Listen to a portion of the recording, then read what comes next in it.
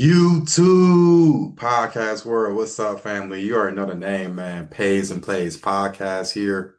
We're giving you a special college football week 7 best bets preview prediction. And I got my special guest. Y'all gonna already know who he was because he was here last time, my boy JT Sports.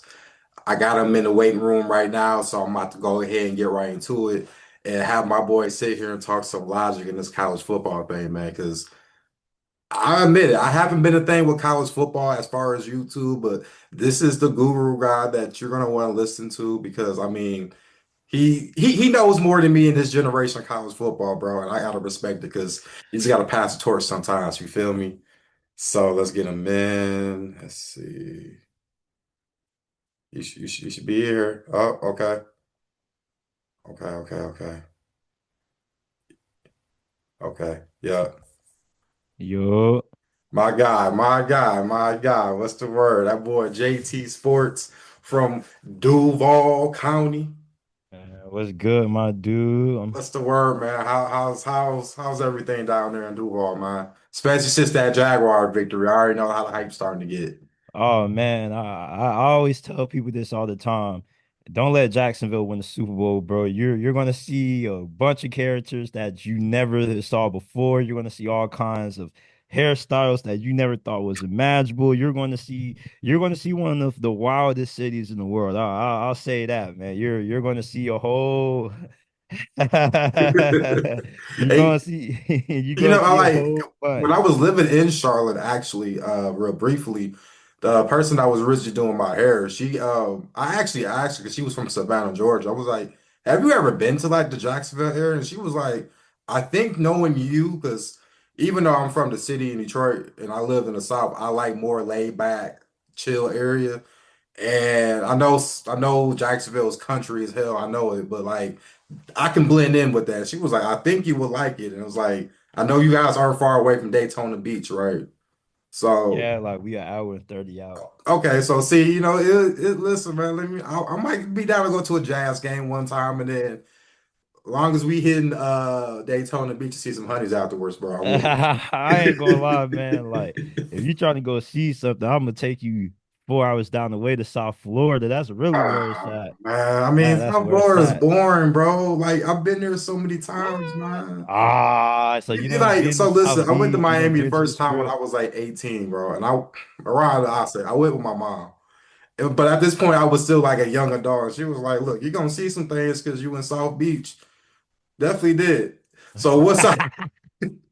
So I think the last time I was in Miami was right before the pandemic. I want to say like a week before the Super Bowl. That's when I was there was Kansas City and Tampa 49ers. Bay. And yeah, it's still the same thing there now. So, but okay, let's talk about it, man. With college football, since last time you were on here, it was last year before the season. So now we're talking since now we're the 2 month part in. That's once it is week 8, we know it's 2 months in. What's your reaction so far from what you've seen? Man, this has been college football's most unpredictable season ever, with the epidemic of regressing quarterback play that has seemingly played like the majority of teams out there. We have started to see the parity that we've been asking for so long now in the Big Ten and the SEC.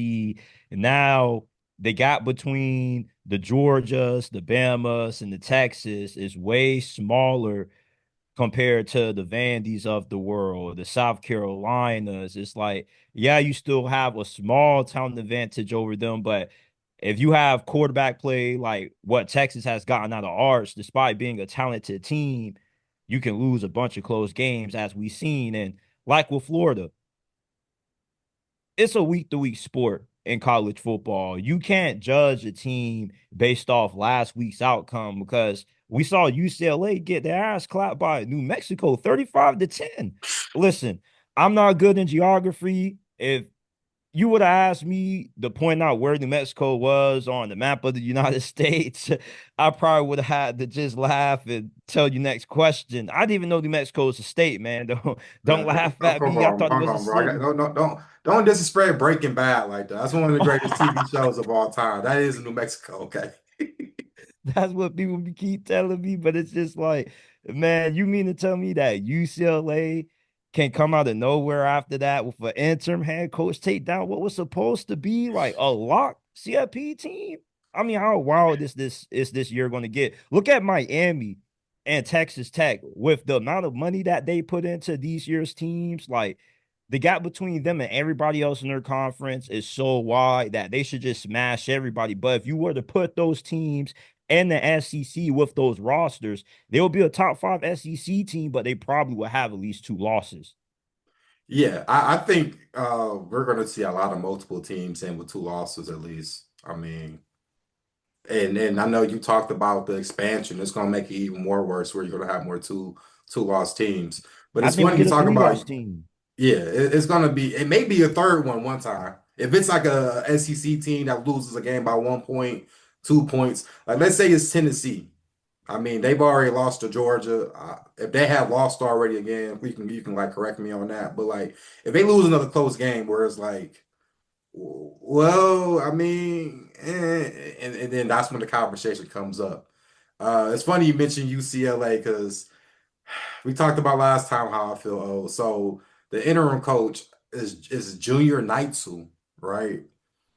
So you want to talk about old? I remember his dad. I believe he was the coach at UCLA until they had Jim Mora Jr. So he was the previous coach before Jim Mora Jr. when he left the Falcons. I believe he left either Washington or Oregon. But this is before obviously Oregon and Washington was even at the level where they could be at nowadays. So to see that like a whole like 360 in life, I'm like, bro, so this guy had a son that looks like Shoot. he's 20 years old. Dude, one of the commentators, the one of the commentators for CBS, his son's the offensive coordinator.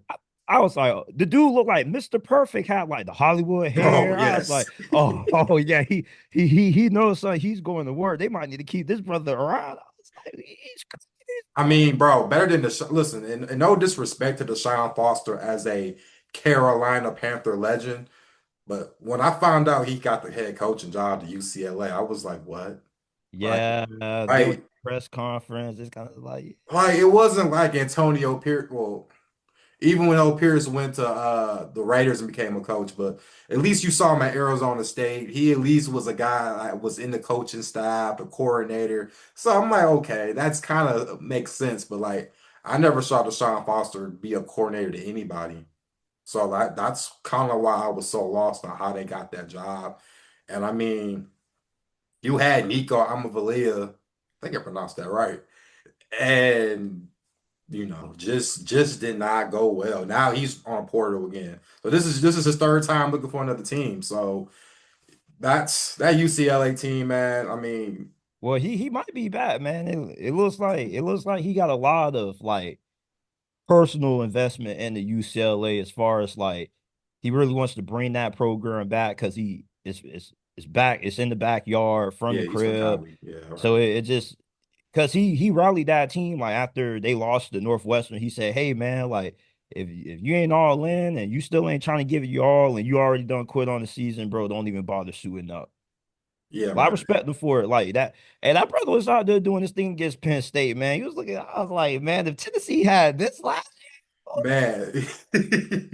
And the crazy part, so there's one coach you always been talking about lately. Kevin DeBoer. No, not Kalen DeVore. We're talking about Bill Belichick. Oh yeah, oh yeah, yeah. I know you saw the news that just came out. Yeah, they had to put out a statement because earlier they were saying they were already planning to buy him out. I mean, I I didn't mean to think. cut you off, but I'm gonna say it because they fucking suck. Oh yeah, absolutely. They look like Like, Bishop Sycamore. like my question was when he came into this North Carolina job, I'm like, if and listen, I told Patriots fans, and a lot of them tend to agree, if he couldn't drive well in the NFL, how is he going to recruit well? Yeah, like the thing with Bill Belichick is like he wasn't always bad at drafting. Like people forget, like Besides Wes Tom, okay, Walker, so Julian Edelman, like yeah, Richard like a Seymour. two-star guy, but I mean, when you're in that Power Four conference, you can't have two stars starting at quarterback. Yeah, You you see, can't. like the issue with Bill Belichick is he's 73 years old, and you Yeah, put him in a world that is completely unfamiliar with him. You see, where I went wrong with Bill Belichick and my expectations for him was that I underestimated just how much he had to learn about college football. I was thinking that you can take the NFL approach, use the portal like free agency, treat recruiting like the draft, and they somewhat have done that. They called themselves the NFL's 33rd team in the offseason. But like you said, the issue is they have too many guys on that roster that would be starting on a bunch of group of five yeah, teams and not a bunch of teams and Power Four conferences. So that's why, like, they're getting outscored 120 to 33. They're giving up 40 points per game against Power Four opponents, and they're only putting up like 11. yeah. And the crazy part, you kind of wonder too. I know he's in the NFL now, and wrong enough, he's on IR, but Omari Hampton, imagine if he didn't leave and he at least had one caliber NFL player. Yeah, I mean, he still would have been a first round pick, but you just couldn't imagine. Maybe that would have helped you. But I mean, I don't get it when you got Vince Lombardi, Joe, whatever Michael the hell, Lombardi. as Yeah, your GM guy, and then we know, well, our generation older, the GOAT is the biggest NIL booster of the whole school. yeah. Then he's leaving the game at Like halftime, that's and when I'm kind of like, well, I know Nico went to, like I said, Cali, and I thought, look, I mean, if you would have got him, I think it would have been a lot more better. But I don't honestly, understand. like another issue they have is with the coaching staff. It's like friends and family on that, John. It's It's been like that if way since New England, yeah, it's like if you start a business, it's like I'm just gonna hire all my dogs, man. You feel me? Put my peoples on, get my peoples paid. bro. That's all of it. And it's crazy you mention that because he's had two coaches in his New England career. Charlie Weiss went from offensive coordinator to Notre Dame. I mean, So that went. I mean, it worked out for a while, but eventually, and now you see Bill O'Brien, who went to Penn State with all of the BS Yeah, that went down, made him somewhat relevant, and now he's back at Boston College trying to, rejuvenate the yeah. program, which, And now we gotta fade them because Clemson's finna clap them like how they did UNC last week. bro, Clemson, and that's the thing about Diboll now. Diboll now is realizing that he's going to need NIL. And I know he got two NIL people from this past offseason. Yeah, I think now he's starting to realize I need to get at least two, three players out of recruiting cycle because listen, I'm all for it. If you're on a horrible team and you got a four-star guy, I understand why you got to play him off rip. But like you've been known for the last 15 years to be one of the most, one of the most known programs in the South, especially as far as a non-SEC team. And the fact that you talked about the quarterback play. I don't think Clay Klutnick is a second ranked quarterback in the draft. I mean, I oh, don't absolutely, absolutely. I don't think I to be real, I saw the Carson back, the I think USC Skylar quarterback, Green from Arkansas is maybe QB1 Taylor if Green. you ask me, because he can do everything. He's a dual threat guy. He can throw the ball. I I mean, personally would like to see Taylor Green like transfer to a actually like competent team because he is Arkansas. Like yeah, I but would he love, already transferred, and that's gonna be the red flag. Because I remember he came from Boise State. I remember he yeah. was at Boise State, actually. It's crazy. So I mean, I think next year is what Bobby Petrino is going to be the head coach, the full-time head coach. I don't know. See, that's what I'm saying, bro. It's That's why he should transfer. Like, could you imagine him at Tennessee? so so this is my thoughts with Tennessee. I just don't know how you can correlate their playbook to the NFL because I think that's why I know Hendon Hooker had that injury and he probably was a first round projected player, but I realized since he came into the NFL, he looked lost. I don't Yeah, know if it's just that air raid style system, and that's probably what it is, but like I know it's a passer friendly league in the NFL, but I don't know, bro. It's just sometimes it just don't work like that because it's always different schemes. And yeah.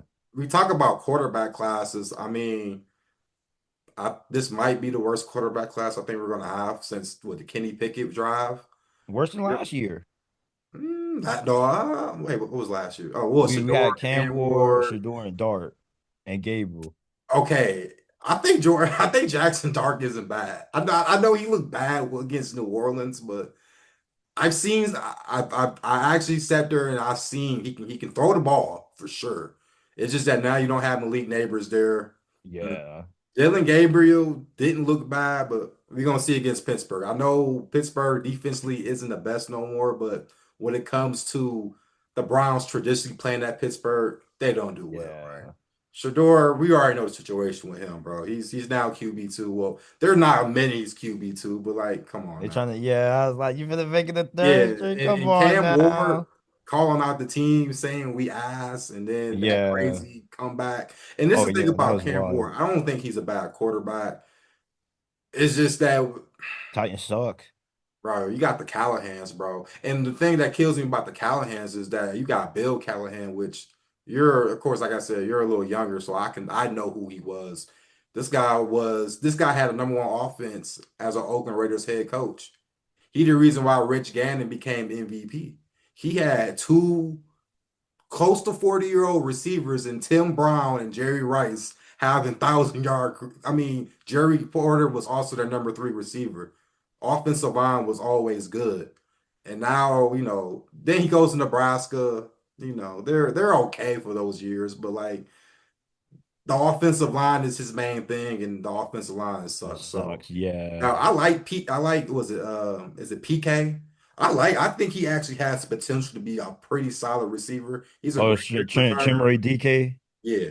Yeah. And the guy they got from Stanford, that Moss stuff. We got your man, the Travis Hunter Destroyer. Like Yeah. they Yeah. have potential, but you're relying on Calvin Ridley. Oh, So yeah. that's kind of my problem. Because yeah, I wanted to get your input on as far as the quarterbacks that were just coming from college to the league. So let's go right into it though, with a few picks, a few games. I think you might actually help me actually determine which ones I should go for. So we're gonna start with the only Friday night game, standalone game. You got South Florida. This is a Group 5 team game, but I mean, I think this is the most interesting one of the week. They played at North Texas. North Texas is a plus 1.5 point underdog. This is implications right here to not just the AAC, but college football playoff because USF, yeah, they got the one loss to Miami. But when it comes to college, we know there's a such thing as a good loss because they did lose to them, but Miami's a top five team in the country. They beat Yeah. Florida when they were ranked. They beat Boise State when they were ranked. So as far as solo, national televised games, USF isn't no stranger to it, and I think it's kind of new for North Texas this year. I like USF. North Texas has an awful run defense, and we know with Brian Brown, like if you can't stop the run, like he's going to be a problem for you all game. And I like USF also because their head coach actually likes to cover and not be a wimp and try to nail the ball out like BYU. Like I'm all for class, man, but let's go for the spread, man. Let's be a man of the people, man. Alex Golesh had my respect for what he did last week, and you have people coming at him talking about some no sportsmanship. Man, get out of here, man. Until the game Okay, is real over, briefly, bro. I didn't mean to cut you off, but I was talking to you about the bets I did last week, and one bet that I did not tell you that I it was no way that it shouldn't have went under. I had 50.5 on the Texas Tech Houston game. It was a blowout on Texas Tech. But the fact that Houston was letting them run the ball to score, Yeah, like you can tell, they're just trying to they're sure trying to get the ball. They stop them, and then they take a knee at like the 5 yard line. I'm like, yeah. bro, you Come got on, backups in. bro. Now I understand this, and I think this is why I think the South Florida coach did it. If you got backups that's trying to play, Yeah, I think that's a Sean, we trying to get confidence some piece. PT. Yeah, like Yeah, if hand you the come play ball. for me, we gonna make sure you get some action, man. Not just Man, mop up what you duty. right there at the 5, bro. We gotta try at least score a touchdown, bro. At least. But yeah, man. USF, I do think they win this game. The one thing about USF I did pay attention to a little bit last year as a Group 5 team. I know they got blew up by Alabama. They got blew up by a lot of teams, but their defense this year is a lot more better. I know they're going to score points. It's going to get loose, but I mean, I saw that Boise State game. They dominated. I saw the Florida game. I mean, it was neck and neck. Of course, they got blew up by Miami because it's a better quarterback play, but I think this team defensively, they got great run defense. They can get after the passer. And like I had mentioned, when it comes to this spotlight game as a standalone game on ESPN, I think this team shows up. So I think USF could make the playoffs, and it would be very interesting if they do, since, like you mentioned, the head coach, I know his name is already buzzing around. I know I asked Oh, him. absolutely. So next game, we got SEC matchup. We got Alabama traveling to Missouri and Columbia, Missouri. Tigers is a plus 3.5 point underdog. What's your thoughts on that game? Man, I love Kalen DeBoer, man. It's hard to bet up against a coach that's 2-0 in the last 3 years against Kirby, Sark, Dan Lanning. The question is, are we going to get the Alabama road team that we saw lose to Florida State in week 1? Or is this the Alabama road team that handled up business and ended Georgia's 6-year home game winning streak? And Alabama's run defense has been problematic this year, which does concern me a little bit because Missouri has this monster at running back named Ahmad Hardy, who they took from ULM. And oh my goodness, you talk about a bulldozer. He put that shoulder down. Somebody's about to get messed up. Yeah, and like their quarterback is really good too. Bo Pabula, I feel he's way better than Brady Cook. yeah, like Remember, way we both better. agree we did not like Brady Cook, so yeah. Yeah, and their defense matches up really well with Alabama's offense. This is one of the best defensive lines in the SEC, and nobody talks about it. But Missouri, their defensive line is up there being some of the best in the nation. They got a bunch of freaks. They got a bunch of guys that are like people that you would think were created in like a football factory. So with the kind of size and athleticism that they're going to have coming off the edge, getting that Ty Simpson, I definitely think this is a game that could be closer than expected. I like Alabama to pull off the win, though, even though it is on the road. If you are an elite team, then winning on the road isn't a problem for you. So I like Alabama to cover. I think this is a game that they probably win by at least 6 or more. I can see that. And the one thing I do like about Ty Simpson, ever since that week 1 loss, I mean, you can argue he's probably been one of the best quarterbacks in the country so far. And that is the one thing you expect with Kalen DeBoer. You expect a quarterback guy that's going to kind of tap into their potential. We've seen it with Jalen Milroe, which honestly I thought was Saban.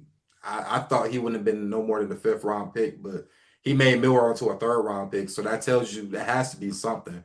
Same thing with Michael Penix, who I thought with the injuries he had, maybe a second round steal, but a top 15 pick that shook me. So evidently we see what he can do, and you're right about Alabama's run defense. I do think it's a little concerning. I wouldn't be concerned about the secondary, but I mean, like you mentioned, if you Yeah. can, ground and pound on anybody, it only takes one good play action fake to just Yep. I mean, he just throw it over the top. So, and I got to give Missouri their props. They're in the middle of the Midwest where it isn't like Texas, Oklahoma, where you can just go to those states and recruit. They got to recruit from Illinois. They got to recruit from all parts around because they're kind of in the middle of the map. But I do expect this to be a good game, though. All right, next game. Talk about old school. This used to be called the Red River Shootout, but Yeah, because they should still call it that, man. Why we don't got so soft no, they now, they man? they they stopped calling it that because of the gun violence that had right. I know. There's always been a Red River Shootout, but It's Red River still Red River Rivalry. Shootout to me. Hey, it's fine if you call it Red River Shootout to me because that's what I'm gonna be calling it. Hey, that's what I've always called it, man. It's always at the Texas State Fair out in Dallas. You got the Oklahoma Sooners versus the Texas Longhorns. Texas is -1.5. There are speculations about Mateer, if he's playing or not. If I'm the coach, I'm willing to sacrifice this week of not playing him. This guy just had surgery. Like, what are we 2 weeks thinking? ago, Okay, I yeah. know Jordan Hawkins. He played Wow. last year, and I think he actually played kind of okay when they had to replace not Jackson Dart, Jackson Trey Arnold. Arnold. Trey Arnold. See, SEC stuff. So I didn't think he did bad, but and I mean against Kent State, it's going to be, you know, so what? But Texas is coming off that loss against Florida, and I did think maybe that was a look ahead game because of this game. So what's your thoughts on this one? Man, I don't think Texas was looking ahead, man. I actually think that they lost that game just because they got bad quarterback play, man. Like, and then the SEC with how good these teams are, if you don't have good quarterback play, then you're liable to lose to anybody, no matter how talented of a team you have. Because with the parity that we now have, you can't just have bad quarterback play and think you're finna win like Iowa has with Kurt Ferentz all these years. You're just finna rely on like good special teams, playing good defense. No, like your quarterback has to be able to step up and make some big throws, and Arch Manning couldn't make enough of them against Oklahoma defense that we've seen what they've done all season. The Bryce Underwood, Jackson Arnold, like that Brent Venables front with the aggressiveness and the physicality that they have. Like this is a game where Arch Manning has to come out and he has to do what DJ Lackway did last week. You know, like DJ Lackway, the brother less than a month ago, threw a season's worth of interceptions against LSU, then comes back and shakes back with a really good game. So we need Arch Manning to at least look comparable. Like, can you be comfortable in the pocket? Like, he looks too skittish. He has Anthony Richardson level accuracy. Like, when he misses, I mean, the ball's going all the way in the stands. Like, he's throwing the ball at people's feet. Even if John Mateer doesn't play in this game, I still feel very confident that Oklahoma wins because I trust their defense to force some key takeaways. And when you force Arch Manning to have to live up to the name on the back of his jersey, he just can't deliver. Yeah, yeah, and it's crazy because OG Archie said he's not going to the drive this year. I think he saw something that we're starting to see. That because Yeah. no one just comes off rip the beginning of the year before they even play Ohio State and say he's not going anywhere. Yeah. Most guys we just speculate, we wait until, bowl season or whatever, but he straight up said he's not going anywhere. I think we see why, because that Ohio State game, the first game, I'm like, okay, I cut some slack. Like Matt Patricia is week one. You feel me? And then exactly, bro. And it was a close game, even though the score didn't show it at first. It was a close game. He threw a nice little. See, the thing is, he does stare down a receiver because it was that game. He kept throwing it to that same receiver, that little corner towards the end zone two times in a row, and then he does it the third time and gets it. So I'm like, okay, he likes to stare down guys. I mean, the over under in this game was 43 and a half. Now, I'm not usually a trend person. But other than last year, I want to say the eight previous matchups, eight out of the nine has hit the over. It is called the Red River Shootout for a reason. 43 and a half seems kind of realistic to go over. Even if Arch doesn't do the greatest, if they have a game like they did against Florida, I can see it easily going over the 43 and a half. I got to do some math real quick. So for my phone's So dead. 43 and a half. So let's say it's like so let's say it's Texas. Let's say it's a 43 and a half. So let's say it's like a 26-20 game or a 26-23 game. That's still like an NFL game pretty much. That's kind of really pretty much what it'll be.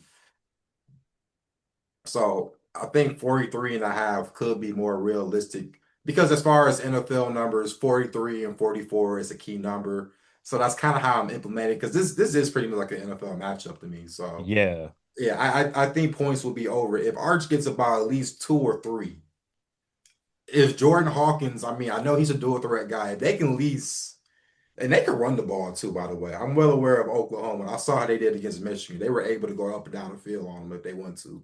And I think Yeah. Michigan, if Michigan and Texas played again this time around, I think Michigan will win because I don't know. I think this point is just better coaching at this point right now. But yeah, man, 43 and a half is something that I will lean into. But that Oklahoma take is very interesting because I got them +9. +9. Wait, Like wait, at the start of okay. this week, like I hopped on that thing. I was Oh, like, okay. You did opening lines. yeah, Okay. I was like, we're good. Like this is too good to pass up. +9. I don't care Plus if nine, John a Mateer neutral. I plays mean, this well, it's nine. technically not a neutral site because it's Texas, but I mean, it's a neutral. It's going to be 50-50 burn open, Yeah. 50 But it's red. like if you're gonna give me +9, I don't care if they got Michael Hawkins or John Material. Like with that D, I expect this to be like a moderate scoring game. Dude, this is why I tell people to take lines early because once lines get to fluctuating, bro, some lines Yeah. it's not like I think it was 2.5, 3.5 around I want to say maybe Sunday, Monday. And I looked today and I was 1.5. I'm like, yeah, bro. A lot Is of one to people have Oklahoma? it's 1.5, it's plus 1.5 Oklahoma. Texas is the Okay. favorite, so Yeah, I'm still shocked at that. it's the name, bro. So if John Material plays, do you think that makes so if it's a guarantee that John Material plays, does that make OU the favorite? I think so. I think so. And by the way, with John Material, I do think he's an NFL quarterback too. Oh, I don't absolutely. know. I don't know if he goes first round, but I mean, he's at least first 3 rounds of the draft. Absolutely. So next one, this is actually an interesting Big Ten matchup. Got a couple, but this one in particular, though, you got Indiana Hoosiers. You got the potential #1 overall pick. Everyone's talking about Fernando Ah, Mendoza. Mendoza. And I remember him from Cal, so I remember he kind of he Yeah. was a baller. And they're playing against Oregon. Dante Moore, shout out to him. He's from Detroit. He's doing this thing over there. And as much as I was talking about Mateer as a Heisman Trophy runner-up, this guy Dante Moore, I want to say, is the top two option right now for to win the Heisman. So, what are your thoughts about that game? The game line I'm looking at is 7.5 Oregon at home. Yeah, like I probably would take 2 points. I'll probably take Oregon minus 5.5 to be a little bit on the safer side. Like, it's not that I don't trust Oregon to cover minus 7.5. I just don't really know how improved is Indiana from last year because they once again dove in the portal. Kurt Cignati, we know he's a good coach, but the talent advantage that Oregon has against Indiana is what I don't know about, which is why I'll feel more comfortable taking Oregon minus 5.5 if I can buy 2 points with this game, just to give myself a little bit of like some space, just in case Indiana actually is able to match up with Oregon and the talent that they have. Because Fernando Mendoza, like, he's a good quarterback, but like, I don't think he's like top 10 pick material, I just watch him, I'm like, Well, I don't. Well, as I'm looking at the NFL season and I'm looking at the college season, I'm looking at all the teams that need quarterbacks. you can do a First lot worse than round, him. realistically, maybe like 4 teams I think need a quarterback. Yeah. The Browns they're trying to figure it out, and they got 2 first-round picks, so they're trying to figure it out right now. Yeah. You see, The the Rams Raiders I probably, think is a possibility because outside of Geno Smith, yeah, you ain't trusting got Kenny nothing. Pickett, I don't know. Yeah, Uh, Arizona is a possibility. If they think absolutely. Kyler Murray and is done, that's a possibility. I, I can't really seem to think another team right now, bro. So like, or if you're the 49ers, do you want to get a backup guy, in the fourth round? If you're the Jets, you Oh know. yeah, the Jets are definitely in that But conversation. I Yeah, have a problem with that because I think Justin Fields hasn't been playing bad. So see, that's that's a discussion for another day. But yeah, like it's just like with Oregon, like they have so when you play a team like Oregon, the issue is the kind of guys that they're going to have in the trenches. And that's my thing with Indiana. Like Indiana got outmatched against every elite team that they played last year, and they fluff up their schedule with a bunch of cupcakes. Now they did destroy a really good Illinois team. that beat So USC, right? So. yeah, so I give them props for that. So it's like that's why I would feel comfortable if I buy 2 points and I take Oregon minus 5.5. I like Oregon to get the win, but we still don't really know just what's the ceiling, how truly good is Indiana. Yeah, and the thing I give Dan Lanning his props on, you don't see too many coaches as far as like, Oregon, where you get somebody from the SEC. You get somebody that was under Kirby Smart, who, I mean, almost understands the same type of program, which is why every year you're still saying Oregon every other year. The fact that he can recruit in the Northwest, he can go to the South and recruit. Yep. He can go anywhere, and you see that with a lot of like the Michigans, the Ohio States, and the SEC. Ooh, I say the Southern schools because all those people all kind of battle as far as recruiting down there. But the fact that he's all the way right there, not far from Canada, and he can recruit from California to Nevada, go to Texas. You know what? I think I want to go to Virginia. I think I'm going to Florida. And the thing Texas, that, like, yeah, and the thing that impressed me with him is I wasn't shocked that they went to Happy Valley and beat Penn oh, State I wasn't at all. Little game, because James Franklin, yeah. yeah, this is the same coach that went into Ann Arbor and blew out Michigan.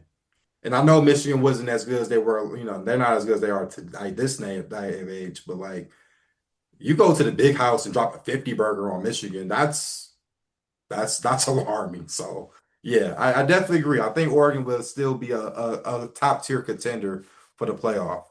Next game. Now, this one we might get a little bit more detail with because we know about the situation that's speculated from this week to today. We got Iowa State going to Boulder to take on Colorado. We know about the Dion surgery that went successful today. I listen, what he's done for Colorado has been the highest they've had dealt since Eric Bieniemy was a backfield running back and Cordell Stewart was the quarterback, right? Heisman Trophy winner. You got multiple players in the NFL, but your health coach. I mean, I think they've been competitive. They haven't been good, obviously, but they've been competitive. So that's still the sign. But They with just can't finish. yeah, with the blood clock situation, and now you got Iowa State coming in who's pissed off that they lost against Cincinnati, who I think is a very underrated team in the Big 12. But the fact that Iowa State and Matt Campbell is a good coach, he's a good coach. Yeah, I think he is a good coach.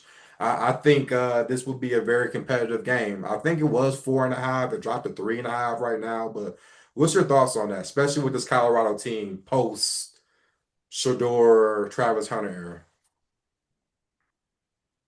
You know, I was thinking about taking Colorado because Iowa State is beat up with hella injuries. I definitely feel that played a big impact on last week's game because they definitely are like one of the better teams in this conference. I had them in the Big 12 championship. I like them to win still in spite of the injuries because Matt Campbell is a better coach than Dion.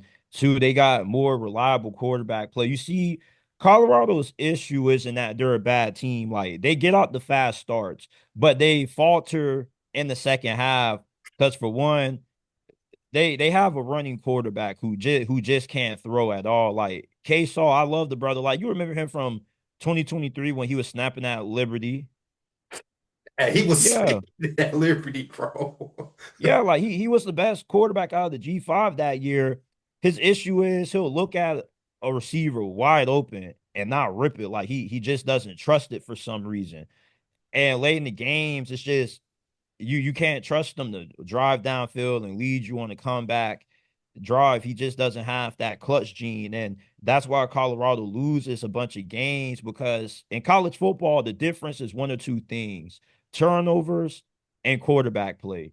And Colorado loses both of those late in the game. Like Caden Salter also has bad turnovers. And then two, like Deion Sanders doesn't know that timeouts can be used in the final 2 minutes for some reason. He blows me with that clock management. So Yeah.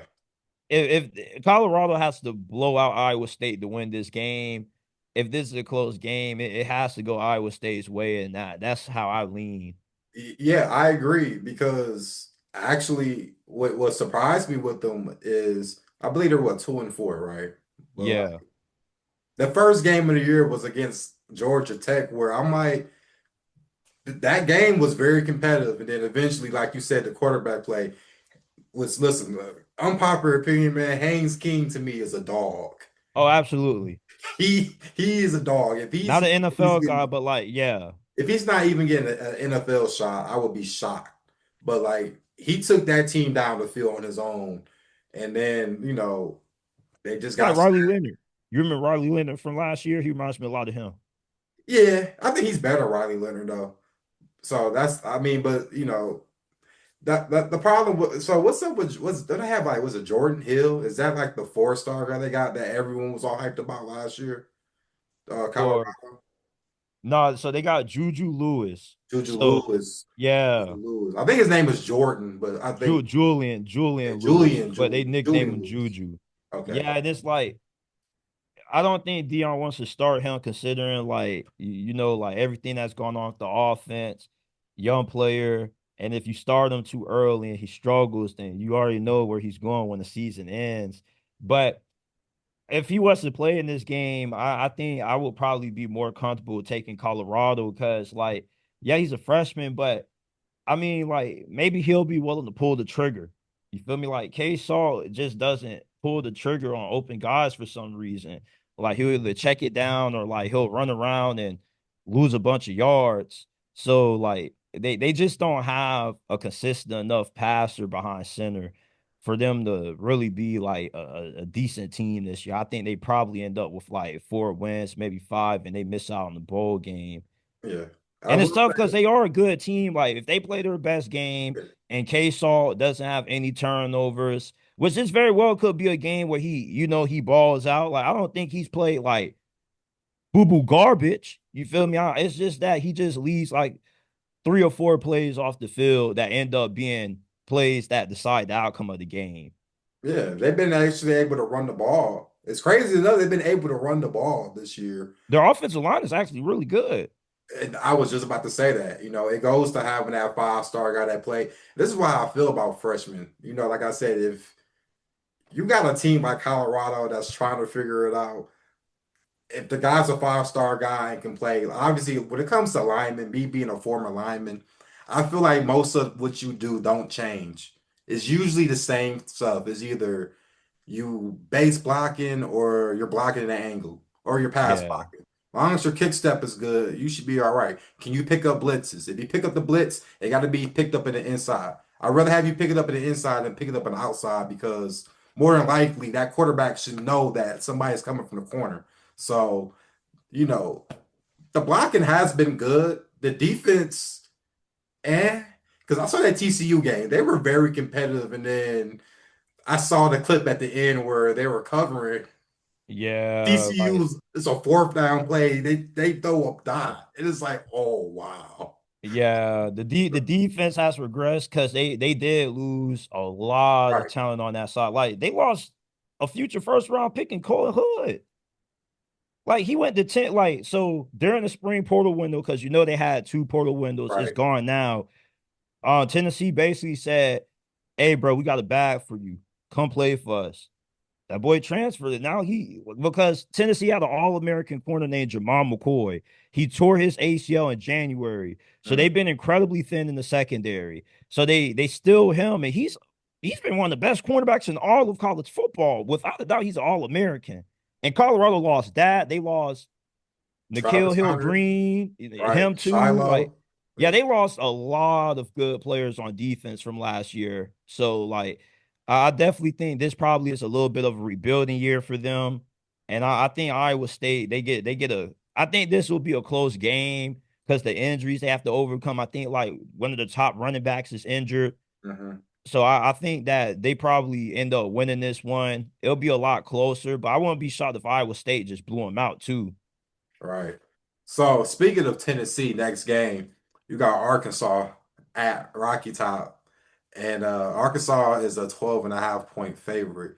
Now, I don't, off the top of my head, I don't know about the over under. I would lean over because I know Arkansas isn't stopping anybody. They could drop points on you. Tennessee can drop points on you, Yep. but this team has been the kryptonite for Tennessee because for some Yeah, reason, they beat him last year. every few years, like we said last year, Arkansas finds ways to beat this team or keep it close. I like Tennessee to cover minus 12 and a half. Interim head coach. Arkansas has no defense. Really, it's Bobby Petrino and Taylor Green and everybody else. Like, I knew Arkansas was going to be bad when I saw they had a 30-year-old receiver. Oh yeah, the guy that played baseball. Yeah. Yeah, it's like, bro, once you Yeah. get it's like, what's the you got a Yeah. 30 So, year old receiver? they've been doing that forever, man. That's been allowed since of time. I know Last one Brandon that we can Whedon. remember was Brandon Wheaton. Yeah, but it's Dude was still like it got drafted in the first round. yeah, and it's still like dog like. Unless Taylor Green has like a Nico Iamaleava, I'm possessed by the spirit of Brady. I think Tennessee covers, but I can see Arkansas hanging points on them. Because Bob Petrino is a really good play caller. Taylor Green is an incredible quarterback. I love him a lot. But their defense probably will come away with a few turnovers. And that's the thing with Arkansas. Like they beat themselves too much in the red zone. I don't know if you peeped this, bro. There's been so many fumbles inside of the freaking 10, bro. Yeah, Rather if it's somebody yeah. doing something moronic, like what you saw at the Arizona Cardinals, or like Oh, DB. that one was. Oh my God, Yeah, bro. bro. Like Oh my. that was a validated crash out, bro. People got, bro, it's jobs on the line, brother. Can't Yeah, be can't I be could doing also stuff talk like about that. that. The first game of the year when Boise State, when Maddox Mason Maddox, whatever, almost fumbled the ball right there on the 2 yard line. You're like, Yeah. bro, Illinois, bro, had two fumbles on the goal line. It's like these defenses, like now they're just practicing the peanut punch. That's just all they do now. They just punch the ball out. And yeah. Arkansas, did you see how they lose? Did you see how they lost to Memphis, bro? Yeah, because I had Memphis plus 7.5. Yeah, bro. Like that's the perfect epitome of this team, man. It's like even if they do play a good game and they keep it close with Tennessee, like they would still find a way to give it to them in the end. I just can't see their defense stopping Tennessee at all. Like they're gonna have to at least put up 40 with Tennessee because Tennessee had three turnovers against Mississippi State a few weeks ago and still found a way to win that Yeah, game that was on the crazy. They road. wanted. I did see how that ended out. That Still was put up 40. Yeah, that was nuts. That was nuts. Another SEC matchup. We got the Florida Gators, fresh off that win against the Longhorns. Yeah, I said Longhorns. That's how I feel about it right now. They're going to Aggie Nation against Texas A&M. Um, I think it was 7.5 last time I I saw saw it. six. Okay, so it's between 6 and 7.5. I be forgetting the lines you get because you are in Florida, like we talked about it earlier. It's a little different compared to if you're somewhere else. Okay. So, 7.5, 6. What's your thoughts on that? Because I think this A&M team don't blow out teams, though. I'm convinced they don't, bro. Yep. Yep. And you also, I don't love their quarterback situation at all. Like the issue that I have with Marcel Reed is that passes 15 yards or more, he's completing under 40%.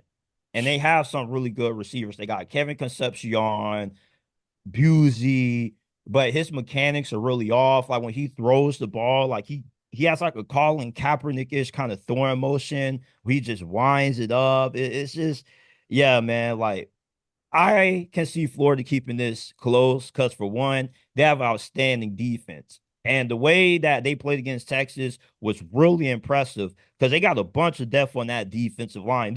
They have no Caleb Banks, number 88.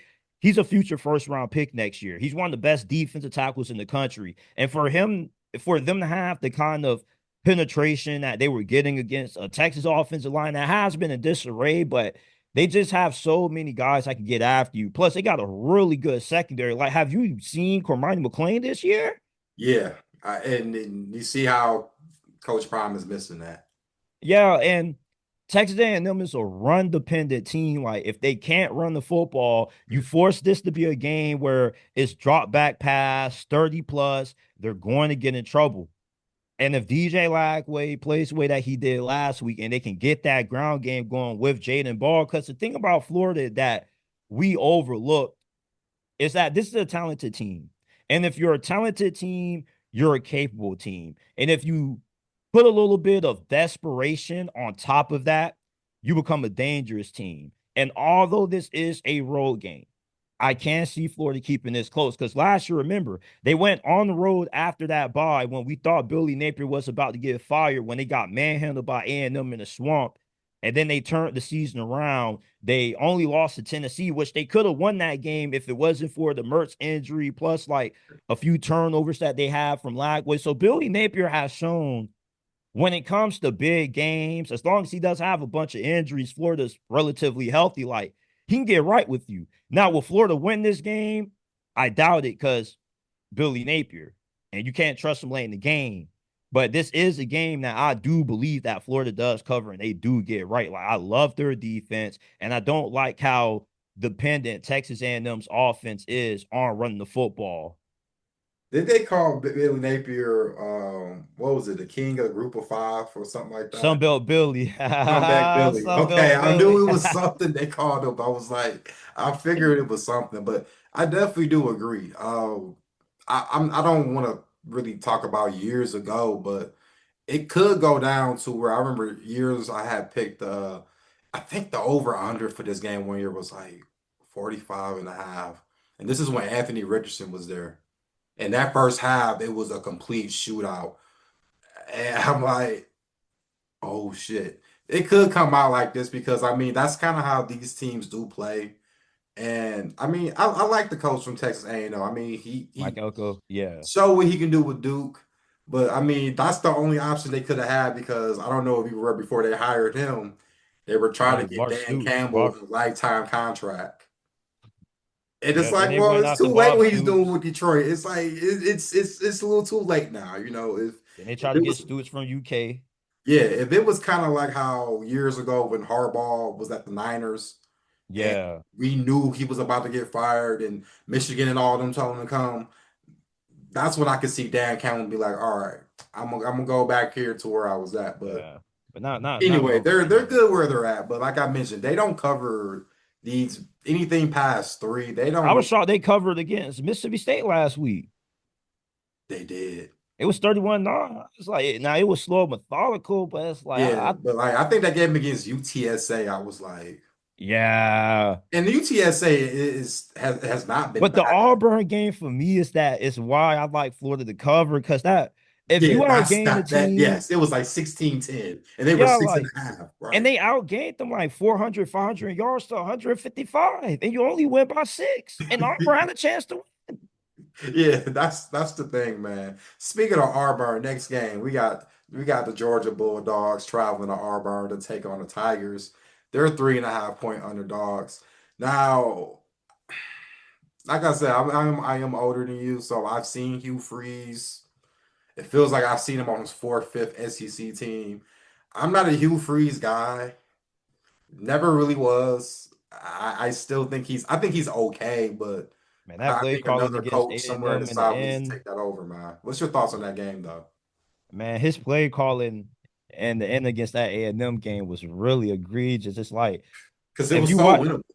yeah, and it's like if you watch that game, you saw how bad their passing offense was, and their offensive line couldn't protect the soul. Like their left tackle had like 4 false starts, and they said they was going to bench him. They still did it. He still had false starts, and then it blows. This what blows me. It's 3rd and 1. Run the damn ball. I don't care if they know you're finna run it. The sign that you're a physical football team, that you have a good offensive line, is that you can run the football when everybody knows you're going to run it. And instead, he throws it when you know your offensive line can't protect the soul. He throws it again on 4th and 1. It's like Yeah, see, you see, here's the allure with the folks who want to take Auburn to cover plus 3.5. It's not because of the Auburn team. It's more so due to like the lore and the black magic around Jordan Hare Stadium. Cause you know, like there's certain stadiums that you play in that things can just get a little bit weird, and playing in Jordan Hare, we've seen a lot of weird stuff. Of course, we're never going to forget about the Kick Six. That's definitely one of the most man. iconic. Oh my God. Okay. This is a quick story about that day, actually. I think I was like, Jesus, bro, you about to take me. I think I was like 19. So I was 19 and my Shoot, I was cousin. 11. Yeah, I was 19, so my cousin was at Ferris State. And if you know, obviously the transfer quarterback they got from Ole Miss quarterback Trinidad is Trent yep. Chambliss. So it's Yeah. from Ferris State, which is about not far from Grand Rapids. So he came over to visit back in Detroit and we were going to this club. But I'm like, yo, I'm gonna pick you up in a minute. Let me finish watching this Bama Auburn game.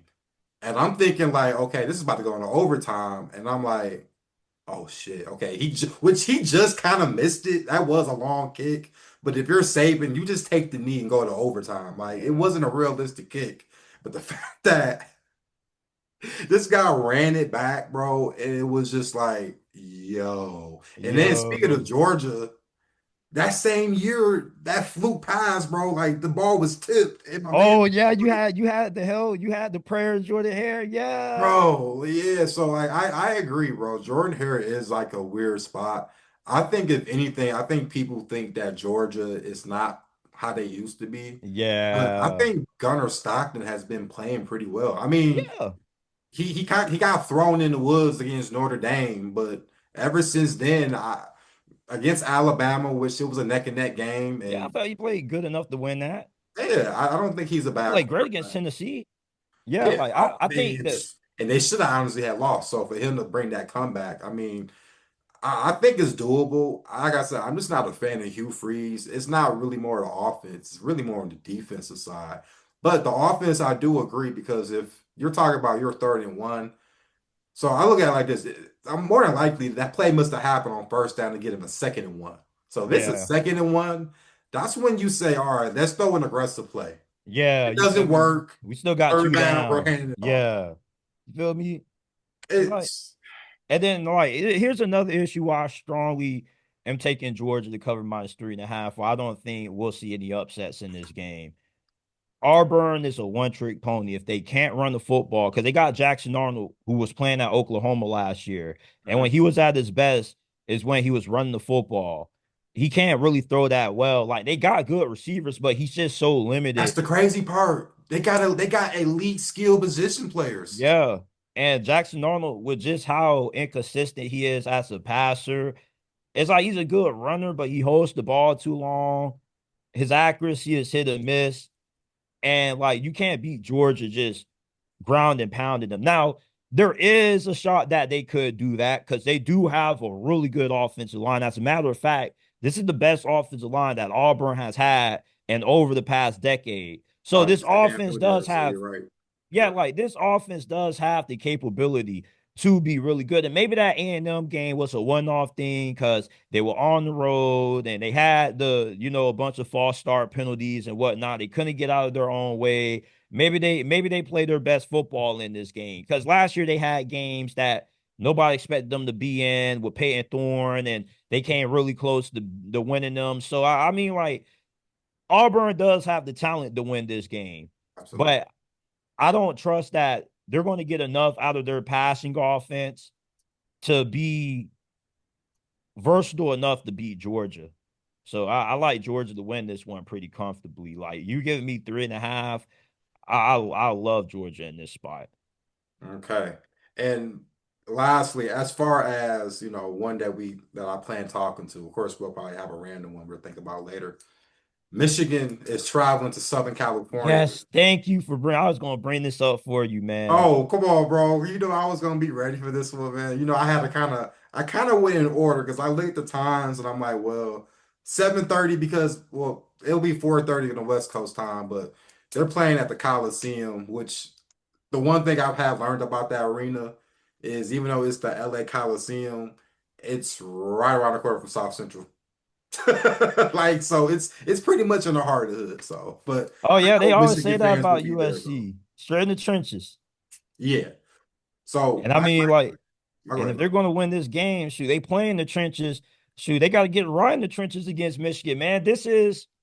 I feel this is the biggest game of Lincoln Riley's head coaching tenure at USC. Because a few weeks ago, everybody was feeling good about USC. And then they play an Illinois team that got smashed by Indiana. And I was telling all my homies who was taking like USC, I took Illinois to win that game outright because USC still has to prove that they have the physicality to win in the Big Ten. They may have the physicality to beat some of the average teams. Like you may not have like upsets like how you had the Maryland last year, although Maryland's pretty good. But I'm just speaking in context of last year since that was Maryland's only Big Ten win against USC. And remember last year when they played Michigan, they were up in this game at one point, and then they allowed Michigan to get back into it. And Michigan unleashed some psycho ground and pound. I've never seen a team so committed to the run. that they're running a 2 minute offense to win the game, just running the football. That's sick. That's sick. You That's know how, called tradition. but it's like we So got 2 minutes left, and you're gonna run the you trust your run game more than your passing offense. Like you're insane. It's like I don't trust USC to stop the run in this game. The only way they can stop this ground game is if they go into the fourth quarter multiple possessions and they force this to be a game that Michigan has to win with Bryce Underwood throwing the ball 30 plus times to do so. Because then, okay, yeah, you still might give up a few plays here and there because I think he's a really good player, but Michigan's strength is not on the perimeter. USC's strength is on the perimeter. So they want to make this a perimeter game. And I do think that Michigan is a really good team, but I do think that if you can get to 27 points, that's the magic number to win against Michigan. Because I don't think their offense is good enough to go toe to toe if this game does end up going that way. Like they have to bleed the clock, they have to control time possession. So if USC can get out to a big lead early, that's how they can stop the run.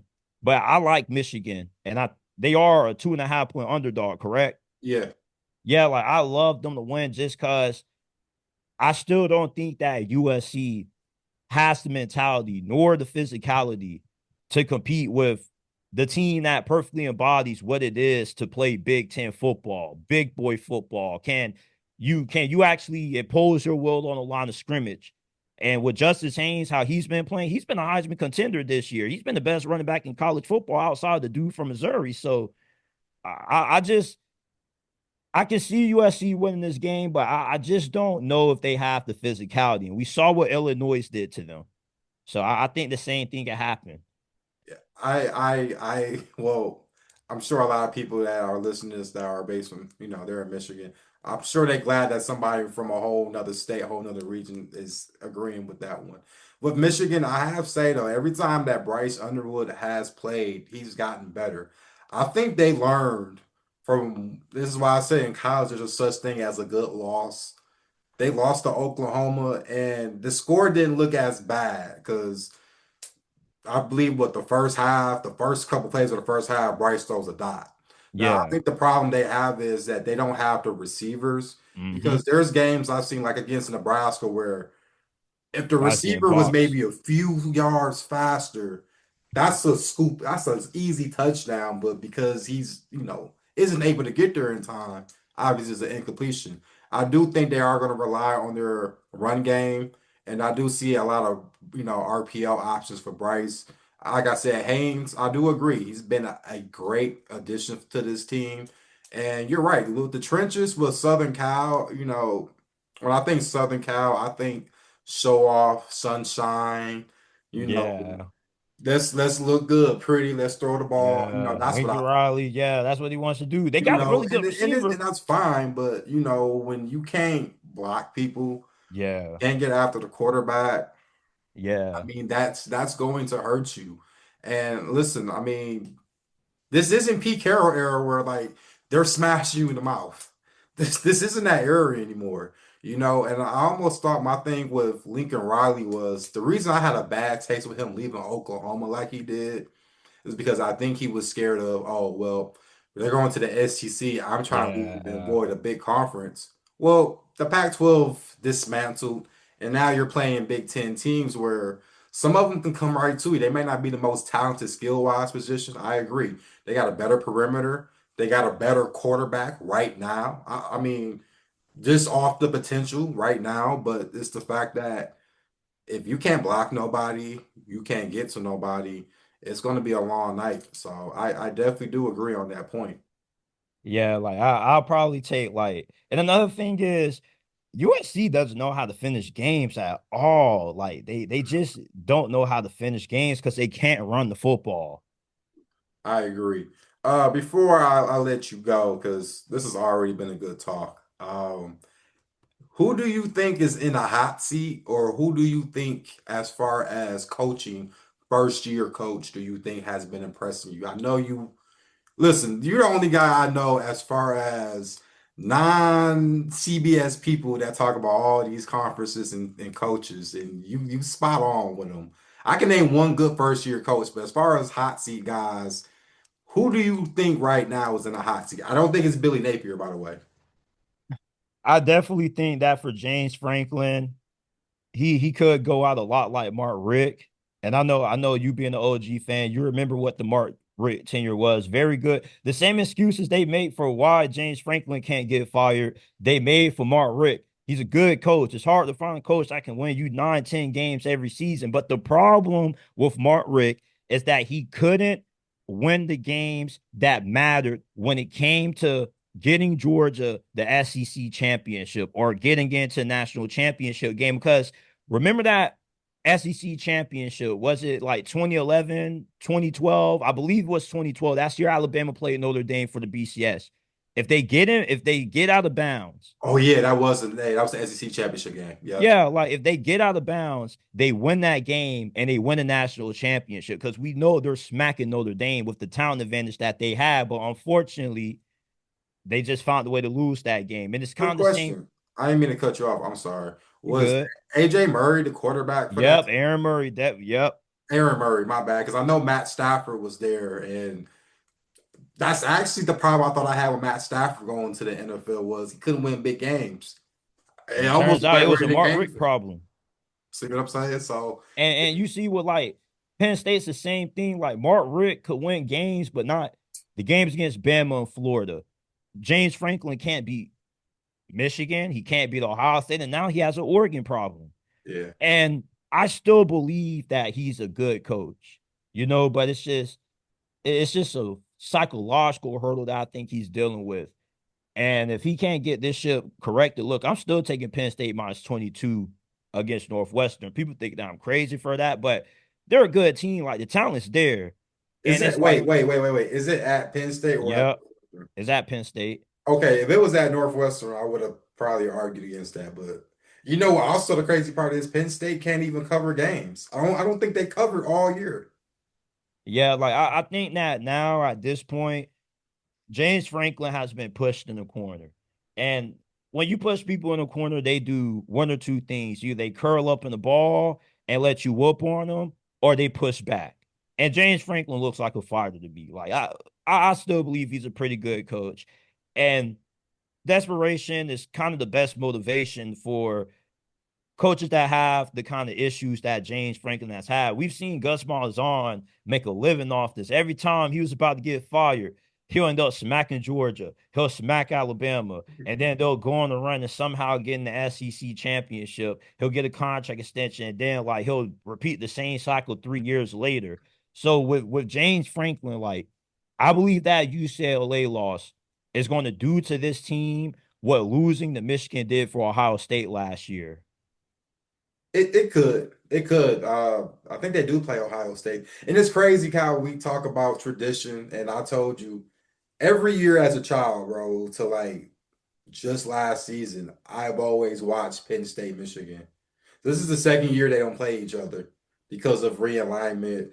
And I know you talk about the complications of realignment is that. So they have to worry about Ohio State. I believe this game will be, I think it's going to be at Ohio State this year. Yep. So, Then after that, they play Indiana, and do they play, and you, Happy I don't know Valley. off the top of my head, do they play Maryland this year? Because Maryland has actually been very underratedly good this year.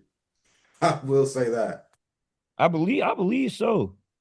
So yeah, Yeah. so see, that's really the thing too, Oh because no, no, no, they don't. They've got Nebraska though. well, I'm not really on Nebraska, but if it's at Nebraska, I could see that being an upset alert. If it's at Nebraska, It's home. okay, so see, they're going to win every game that matters, and I mean they'll probably get in the playoffs. They probably won't be in the Big Ten championship game, but they'll probably be in the playoffs. But yet again, though, after using the UCLA like you did, that hurts you. Yeah. I know some people don't get it, but I understand it when it comes to why point spreads are so important in college football because when you have those boosters, hint, hint, Lane Kiffin, you see how he's been talking right about it right after the game. Yeah, they didn't cover the Yeah. spread. Bro, when boosters are dropping money on your team to do good and expect great things, they want some margins. They want margins, okay? Especially when Penn State is, like I said, one of the most known prestigious schools and universities. like, you need to be showing up. So that's one thing. I know we talking about hot seat. I'm gonna give a guy that I say as a first year coach has been impressive to me. And as I was talking about Deion Sanders, I kept thinking about him. It's going to be the former Heisman Trophy winner, Eddie George. What he's doing at Bowling Green, I know they're like what 2-3 right now, but he came in the middle of the offseason after recruiting, which you don't usually really see that. You usually see him around January, February. You usually see coaches that get hired in from the later years. But I like what I've seen from him, and he did great things at Tennessee State, just like what Coach Prime did great at Jackson State. And if you ask me, after Dion got done beating him up for a little bit, he became the guy that was blowing out teams. And what he's done with Bowling Green, listen, they beat Liberty this year, which I thought Liberty was going to be a lot better with Ethan Vasco, which is complete opposite with this team this year. They lost badly against, Ohio, but Ohio's one of the best teams in the MAC. They Yeah. are actually a 10-point underdog at home against Toledo, which I'm actually leaning towards Bowling Green to cover because I do think, like I said, Eddie George is going to be a good coach. This guy played at Ohio State, won a Heisman at Ohio State. If there's one guy who can understand what it takes to win, and I mean, been to Super Bowls, I think Eddie George is definitely going to have a great career. I I don't got know a if good he's one going to for you. be. Go ahead.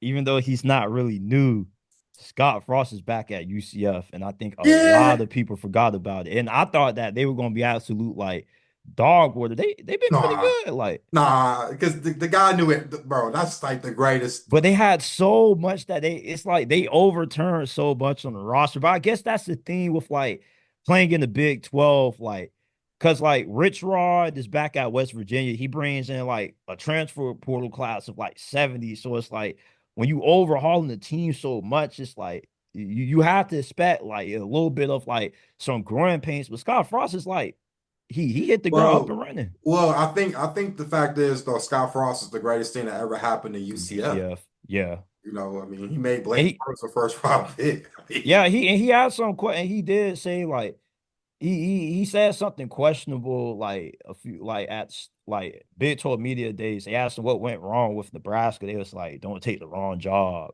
And then it's kind of like, bro, you were the golden boy of Nebraska. Didn't you lead them to a national championship?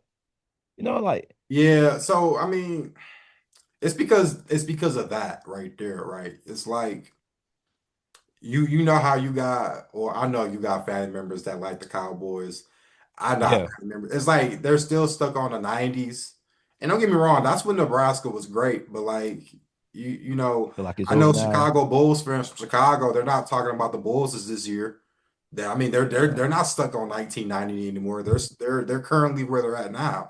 And when you are in Nebraska, it's one of those programs where outside of, as far as the South, well, Midwest Southish, outside of Texas and Oklahoma, as far as a former Big 12 team, you mentioned Nebraska next. We've seen what they done with I don't know, you remember Turner Gill?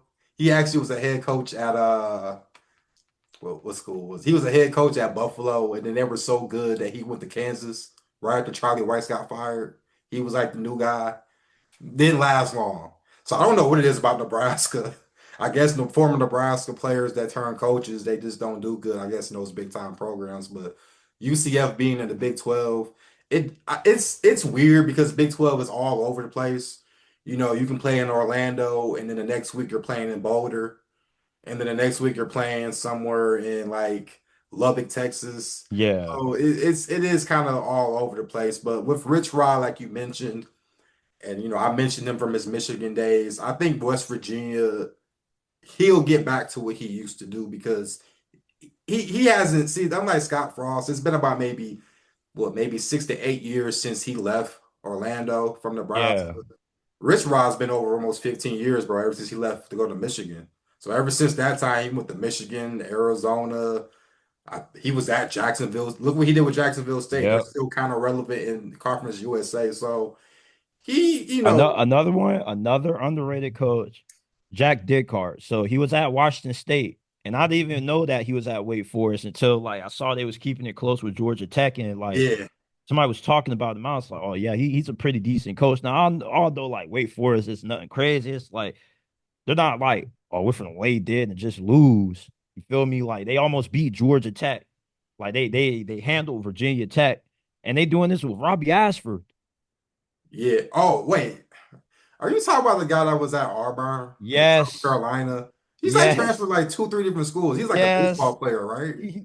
He's starting that Wake Forest now, and he's been all right.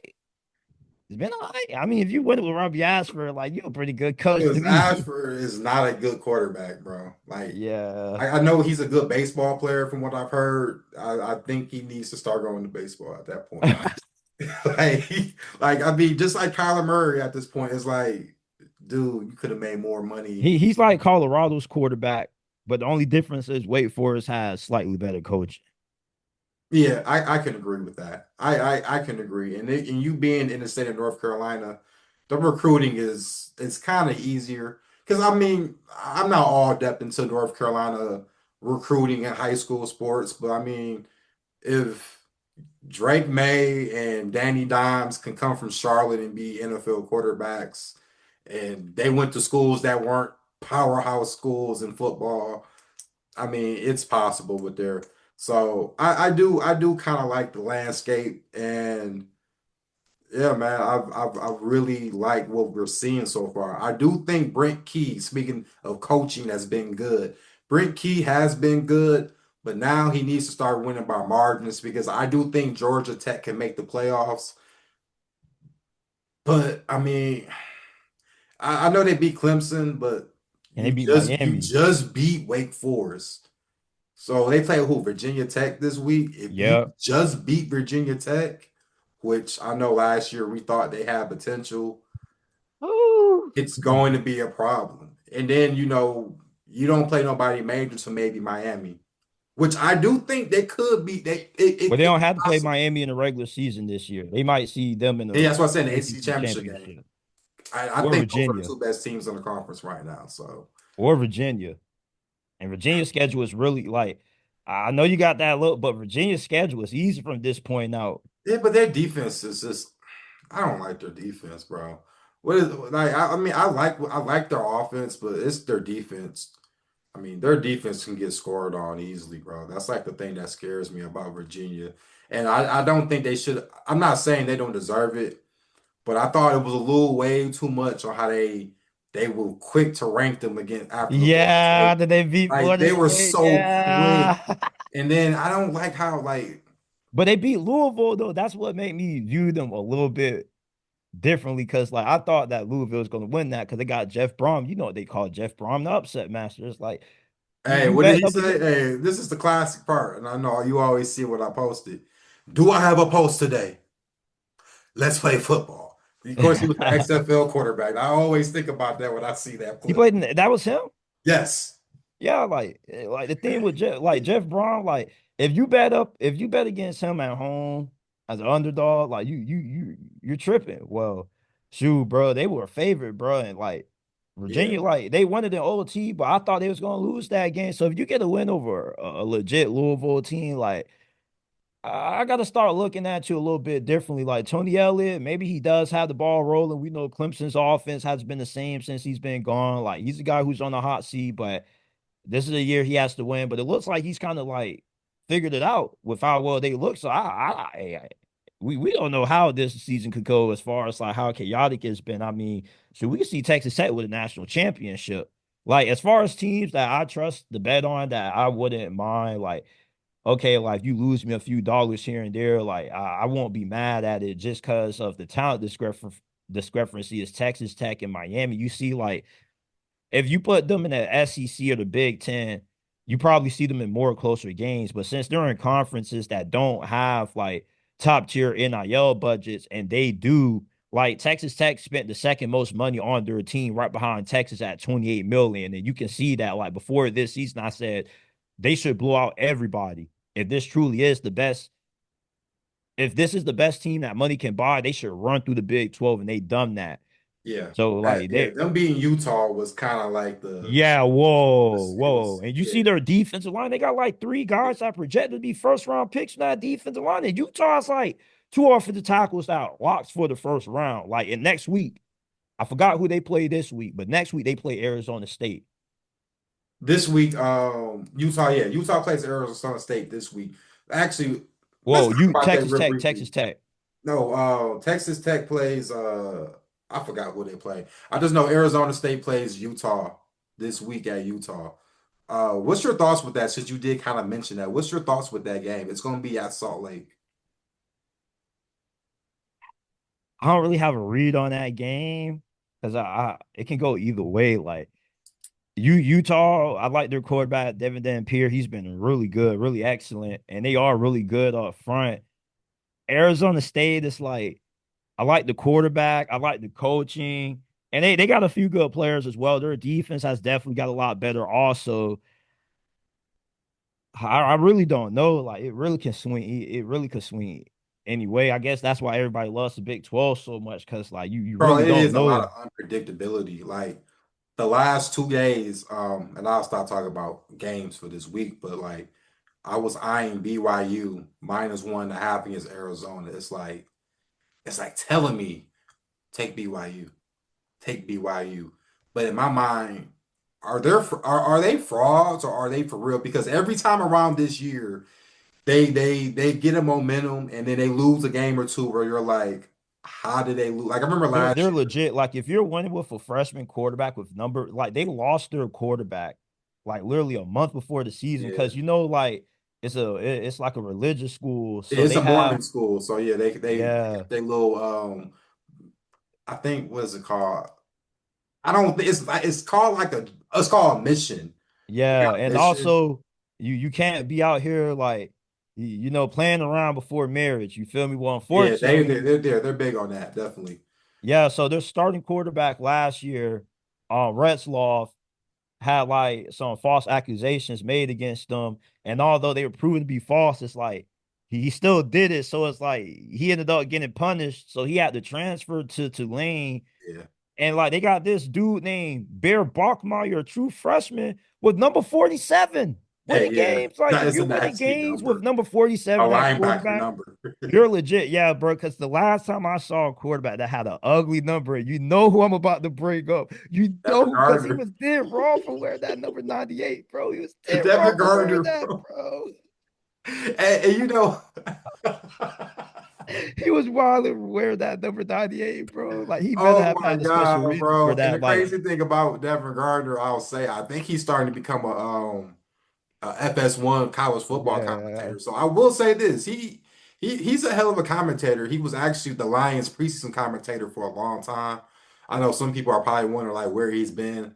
So like I've seen him around, especially with Big Ten Network stuff. So him being an FS1 commentator is not bad actually. I actually Oh like it yeah. because you get to understand a guy who was a 5-star guy.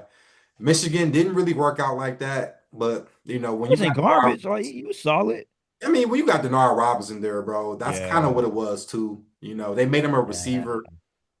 Yeah, he was a receiver for like his first 2 years, which I was like, why? But then when Denard Robinson got hurt, he went back to quarterback. So But they they gave him just that didn't number have the weapons 98, like that, though. honestly. So They gave him that number 98. I'll never forget yeah, that. Like, I yeah, hope I he was remember wearing that that for one. like a family member or something like that. 'Cause, like number All right, 98. Shea Patterson, we had number Number 20 at 20, I was Ole like, Miss, and then any he went to bro. two at Michigan. I was like, yeah, I bro. said any quarterback that wears like a non-traditional quarterback number, or you got two long sleeves and two gloves on, like Kenny Pickett, bro, you're ducked out, bro. So for this bare Except for buck, Doug Flutie, bro. Doug Flutie was 22.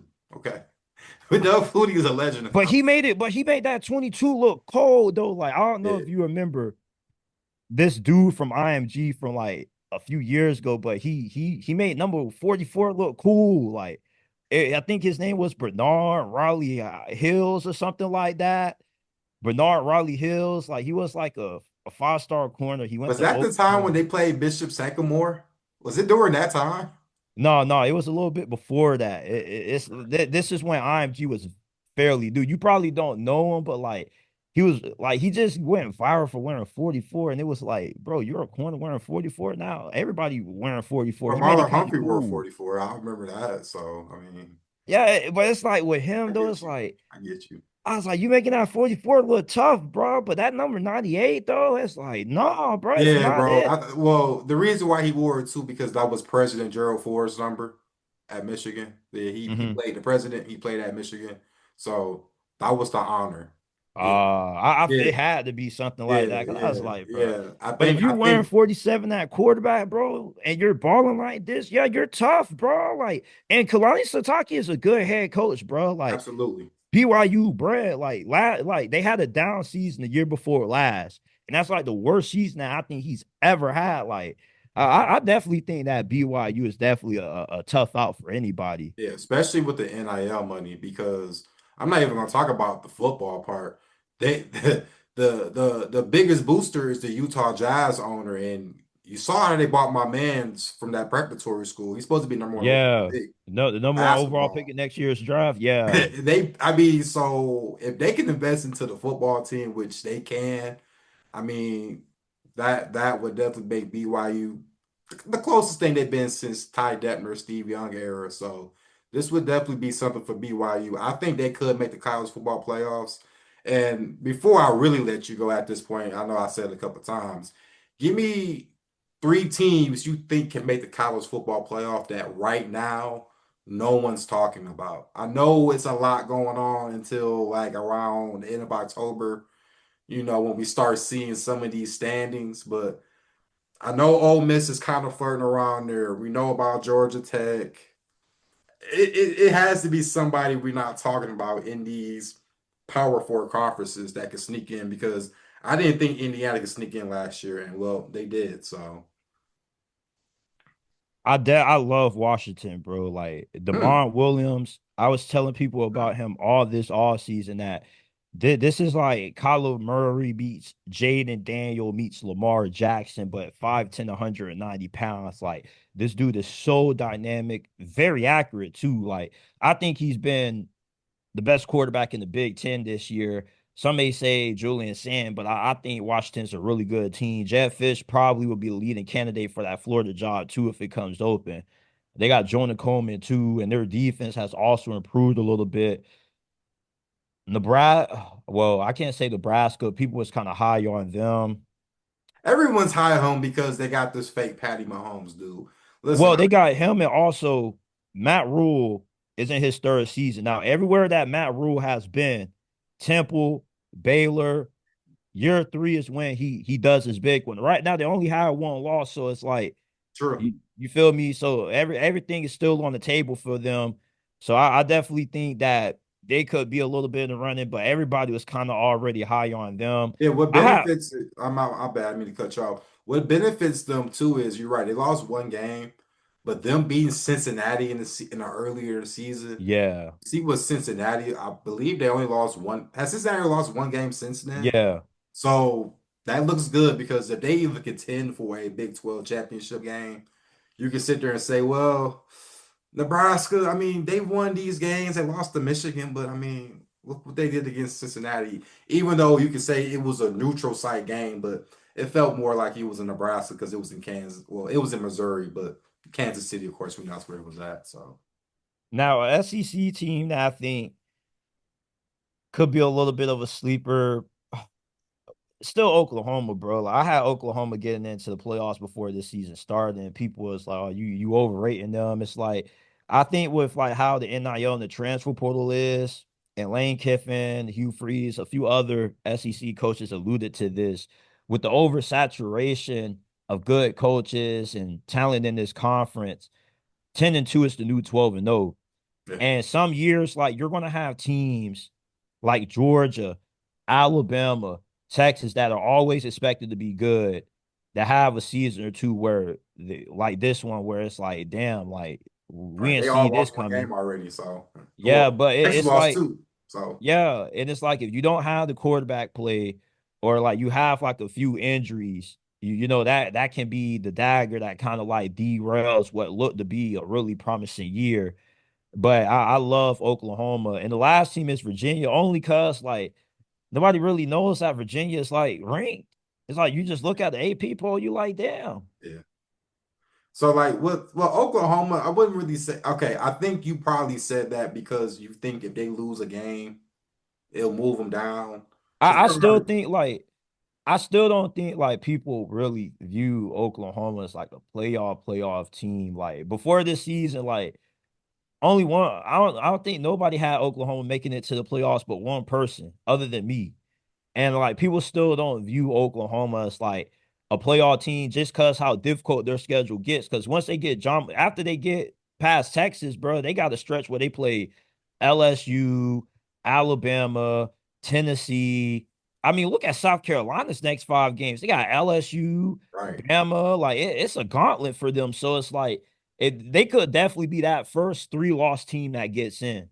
And that's why I still view them as like a playoff team. I feel they're going to be that 3-loss team that gets in just because like how outrageously loaded their schedule was. And I want to get your thoughts on this before I get up on out of here because I really want to know how you feel about this. Okay. So I always hear people complaining about having preseason top 25 rankings with no games being played. We should wait to the middle portion of the season. My issue with that is I'm not disagreeing with that, but if you rank teams later in the season, you're still going to have teams that end up being flops. It's just like people want to try to say that the top 25 should not be used until the middle portion of the season because it makes the SEC look better than what it actually is. But in all actuality, like I don't even think it's close when it comes to the Big Ten versus SEC argument. Cause like, okay, yeah, the Big Ten has slightly more depth than what they had last year, but it's like the SEC is still like 8, 9, 10 teams deep. Like if you put Vanderbilt in the Big Ten, bro, like I believe they would be like a top 4 team in that conference, bro. I think that people are so tired of the SEC being as dominant as what it's been for a lifetime that they look for any small window to use to try to say it's overhyped. Like I want to know your thoughts on it. Like as far as like having preseason rankings and then like the difference between the Big Ten and SEC, which one do you think is better? Do you agree that the SEC is a little bit overrated? Well, we're gonna start from the beginning, bro. If they don't like the teams that's ranked right now and all that, they would have hated the BCS era. They would have hated the BCS era. Like like they would have hated it. Yeah, right. Texas beats Oklahoma. Texas Tech beats Texas. Oklahoma beats Texas Tech. But guess who still goes to the national championship game? Oklahoma, right? So I mean, like they would have hated that. And also, I think that's kind of what motivated a playoff opportunity. Besides looking at well nowadays the FCS, which I think they're going to try to make them have a whole month playoffs like them.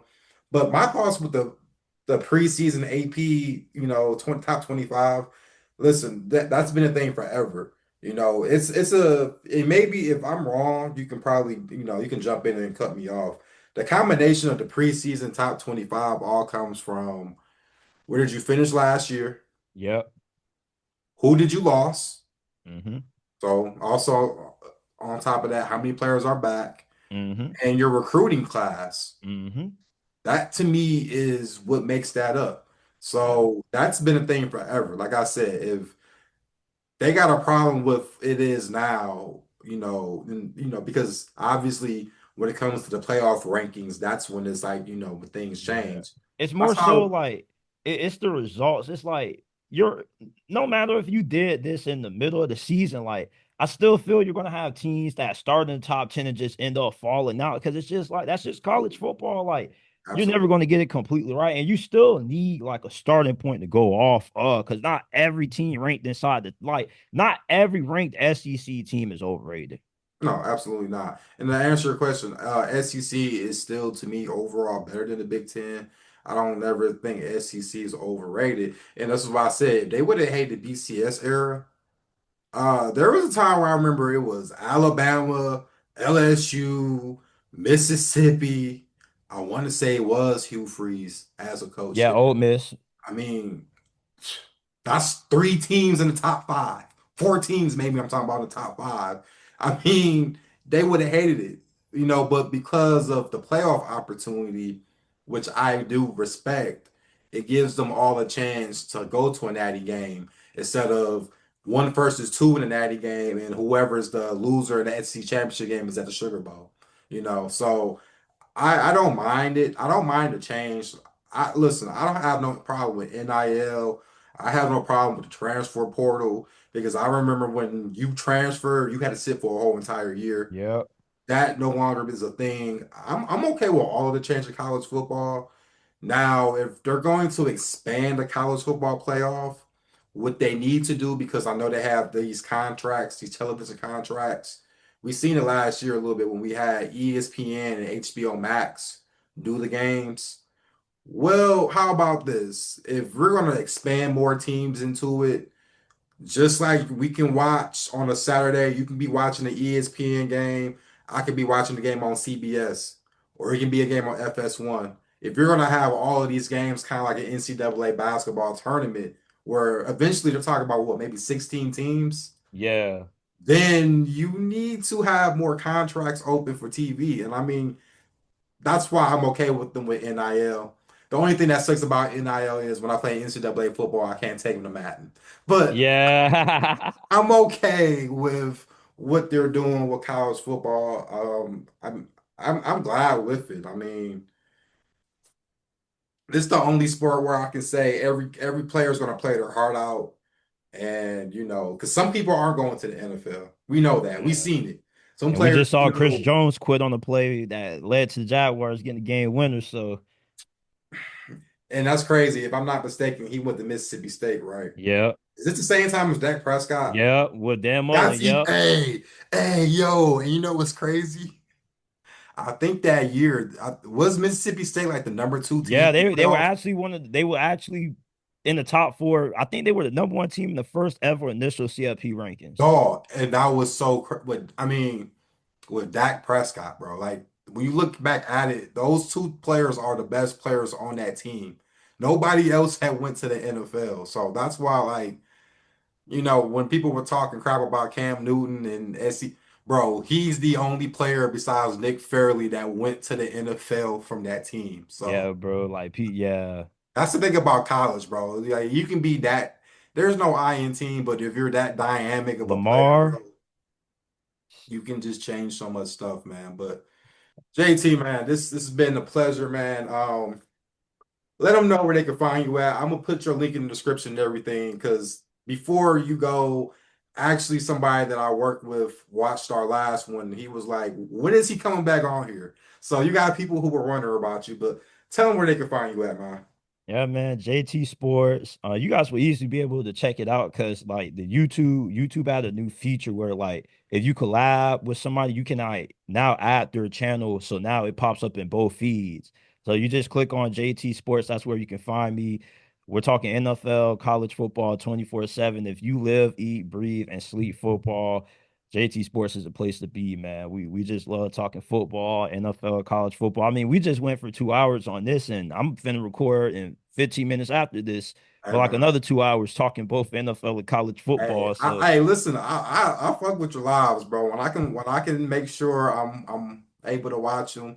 I told you we were supposed to actually do this yesterday, but overtime, and I'll be doing it tomorrow. So this was the one time where I'm like, no matter if I'm tired or shit, bro, I'm gonna try to find something to be consistent with it. But like I said, man, pleasure being on here, man, and I will continue to be watching. I'm sure some other people here will be watching too, man, because you do eat, sleep, breathe football. Like, bro, it's times where like I'm listening to you in like the dog days of sports, and I'm like, this dude's still talking about spring training for spring games, and like spring games was 2 months ago, but I'll be like, you know, it's entertaining, bro, because it's I fuck with it, bro. But yeah, man, I'm gonna let you go, man. You do your thing, man, and I hope all is well, brother.